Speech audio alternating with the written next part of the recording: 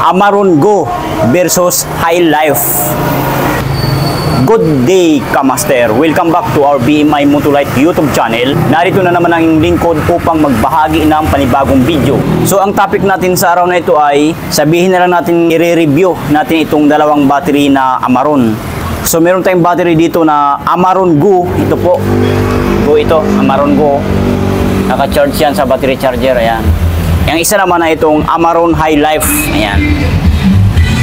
Itong mga battery na ito ay pari-parehas silang 2SM ang size.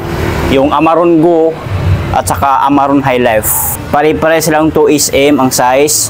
Pari-parehas din yung ampere hour, 50 ampere hour, 12 volts, maintenance free battery. Ibig sabihin, less hassle. Hindi na kailangan tutubigan or dagdagan ng tubig once na ito ay naigaan o natuyuan ng tubig kasi ang battery na ito ay disposable. At once na mamit ang 2 to 3 years, i-dispose na ang battery na ito. Sa madaling salita, palitan na ng panibagong battery. Dalawang Amaron to, magkaiba ang kulay. Yun ay talagang green na green. Ito naman ay hindi gaanong green. Sabihin nating light green. Ang tawag dito, light green. So natuwa lang ako sa mga kulay nila kasi for the first time kasing may nagpapacharge sa akin ngayong araw na ito na ganito. Pansinin nyo, puro Amaron yan. 3 Amaron yung mga yan. Pinapacharge lang sa akin itong mga to. Kaya naisipan kong ibahagi.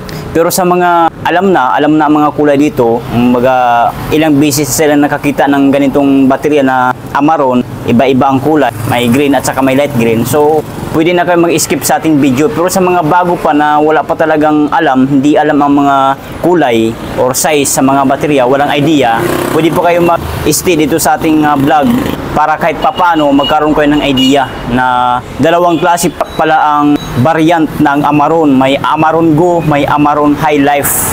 Ito po ang High Life. So quick tips or tutorial lang naman ito. Hindi ito mahabang ating video. Sinishare ko lang sa inyo. Ito bago pa to.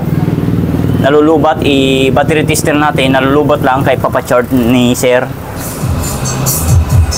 Ayan. Negative at positive. Ayan kung pansinin natin. 12.4 volt. So nakalagay dito ay medium, kulay dilaw ang battery light indicator. So ibig sabihin, slightly discharge lang ito. Pagka ganito. Silipin na rin natin yung kanyang CCE kung kaya bang basahin.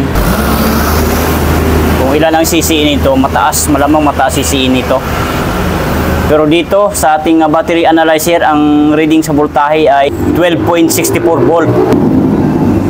So, i-testing na natin.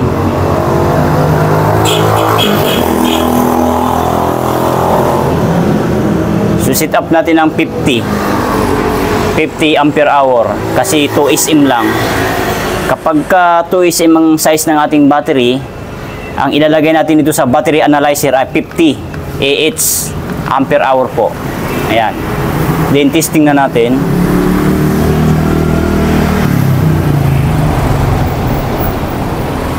Ayan mga kamaster, kung makikita at mapapansin natin, ang reading sa voltahe ng ang CCA sa battery nito ay 600 CCA.